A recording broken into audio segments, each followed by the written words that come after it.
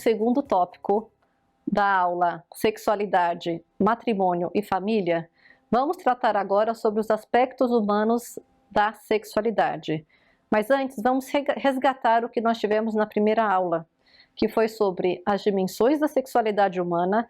Trabalhamos o primeiro elemento, que é ser homem e ser mulher, com seus traços, sua complementaridade e diversidade, culminando na comunicação e entendimento. Agora, nós vamos falar sobre, são traços biológicos, mas a gente não vai lidar desses traços de uma forma puramente biológica, orgânica, mas nós vamos ter esse olhado humano sobre o que significa tudo isso, para a gente elevar esse conceito ao que ele merece ser elevado, que no fundo é a verdadeira realidade, tá? E para falar sobre isto, nós vamos falar sobre a atração, que é de fato uma grande realidade, né? Que é uma coisa que todo mundo vivencia, porque ela é natural, tá? Mas, vamos fazer um breve parênteses, atualmente se enxerga muito isso de um modo puramente biológico e só fica muito no nível da fecundidade. Mas a gente não pode esquecer que nós somos pessoas, tá? Na verdade, nós somos, assim, nós somos pessoa. Então, se a gente analisa somente pelo campo biológico, a gente vai estar reduzindo o conceito do sexo e da pessoa. Então, vamos dialogar com esse elemento para poder, de fato, falar do significado humano da sexualidade. Pensando nesse conceito, vamos trabalhar a ideia de integração, conforme temos nesse slide. Essa integração das diferentes dimensões é algo característico de todo ser humano, né? E a sexualidade é aquela dimensão humana em que a pessoa é capaz de uma doação interpessoal específica. O que seria essa doação interpessoal específica? É uma capacidade que nós temos de através dessa entrega, ser expressão e ao mesmo tempo realização. Ou seja, voltando, é uma entrega amorosa como expressão e realização. Por que nós estamos falando de doação interpessoal? Por que estamos falando da doação interpessoal da pessoa? Então, nós sabemos que dar-se é próprio do ser humano, mas a dimensão da sexualidade humana tem um componente em que é entrega plena. Você vai estar entregando a sua intimidade e fisicamente ao outro, né? Então, qual seria a função da sexualidade no ser humano? A possibilidade de realizar este amor especial. E fora dessa realidade, ocorre um desvirtuamento. Eu não vou ficar falando todo sobre os desvirtuamentos, mas a gente tem que pensar para que essa dimensão existe e como bem vivê-la para nós podermos ser felizes. Para poder bem vivê-la, nós temos que pensar na humanização da sexualidade, porque nós sabemos que é um impulso muito forte. E esse impulso, ele pode tomar não só conta do ser humano, mas abarcar outras dimensões e desordenar de uma forma que a pessoa vai atingir todas as suas esferas, seja da vontade, seja da inteligência. Então, nós temos que trabalhar esta ideia pensando no acolhimento do impulso, na esfera da consciência e da vontade, para poder exercer de uma forma específica, que no fundo é exercer o amor, de forma livre e pessoal. Para exercer esse amor no nível da consciência e da vontade, é preciso colocar a sexualidade no seu lugar, não como finalidade, mas como meio que ajude a aumentar o amor entre o homem e a mulher. Quando a gente fala da sexualidade como meio, o autor fala servindo-se da sexualidade, elevando-a ao nível dos sentimentos e da inteligência, humanizando-a definitivamente. Assim é como as duas peças do nosso quebra-cabeça de 4 peças. Encontrar a melhor forma que se encaixe, quando essas dimensões não se separam. De outro modo, a sexualidade não pode estar separada, isolada da inteligência. Porque se você tira a inteligência, como eu falei anteriormente, né? É um impulso, se não um dos mais fortes do ser homem, né?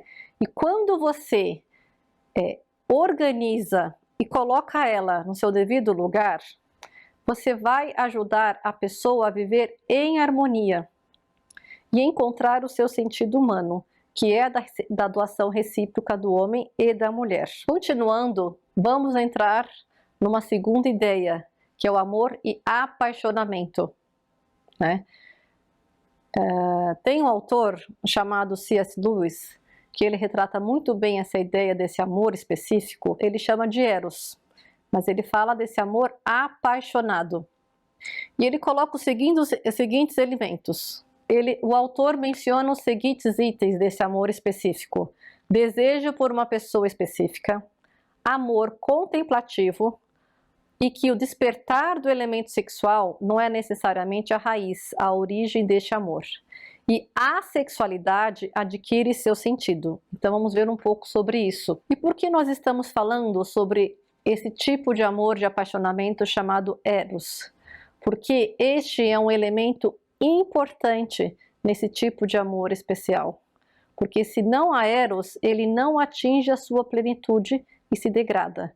E esses elementos que C.S. Lewis colocou são muito importantes para atingir a plenitude da sexualidade. Vamos aqui ver uns trechos da obra Romeu e Julieta de William Shakespeare, para a gente ver de que forma Romeu expressava o seu amor dessa forma como o C.S. Lewis colocou para a sua amada Julieta. Temos aqui presentes elementos contemplativos, elementos de admiração e já apontando elementos de gratuidade e de um projeto de vida, que são as peculiaridades deste amor. Esse amor, esse Eros, apesar dele ser intenso, mas ele tem esses elementos de admiração e encantamento que buscam a plenitude da outra pessoa.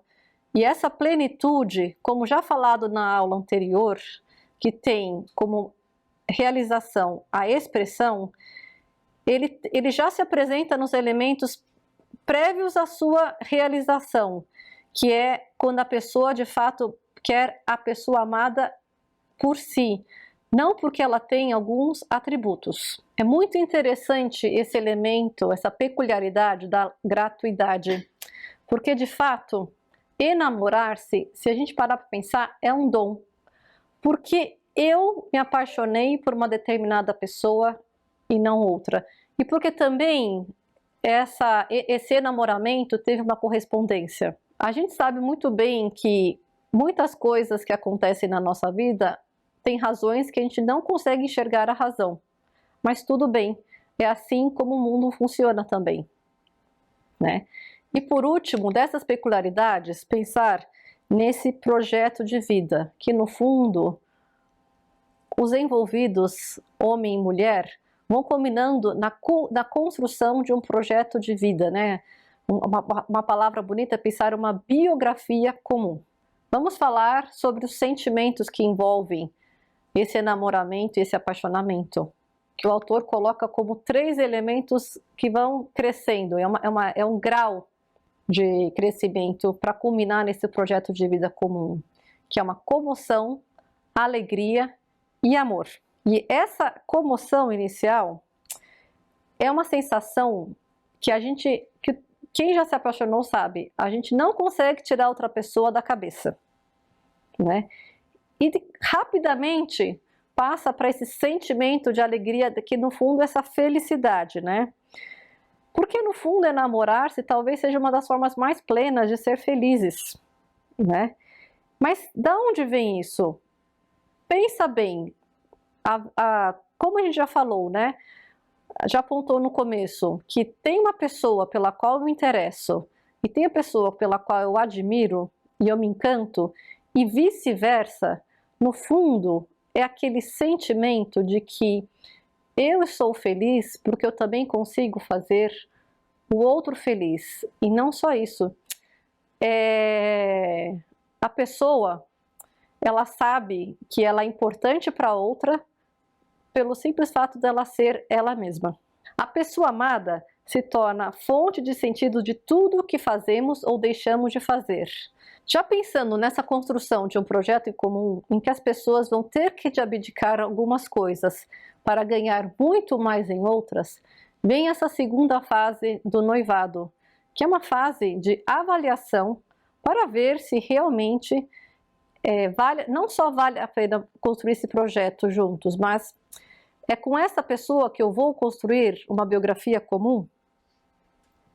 Para isso, nós vamos ver já na próxima aula quais são os elementos, que é conhecerem-se, quererem-se de um modo segundo. Para construir uma biografia comum, tem a fase que já culmina para esse amor, porque eles já estão abdicando de coisas para estarem juntos, e nessa fase, que a gente comumente chama de noivado, é feita uma avaliação para ver se de fato é com esta pessoa que eu vou realizar essa entrega plena e viver o amor conjugal. Encerramos aqui o segundo tópico da aula: sexualidade, matrimônio e família.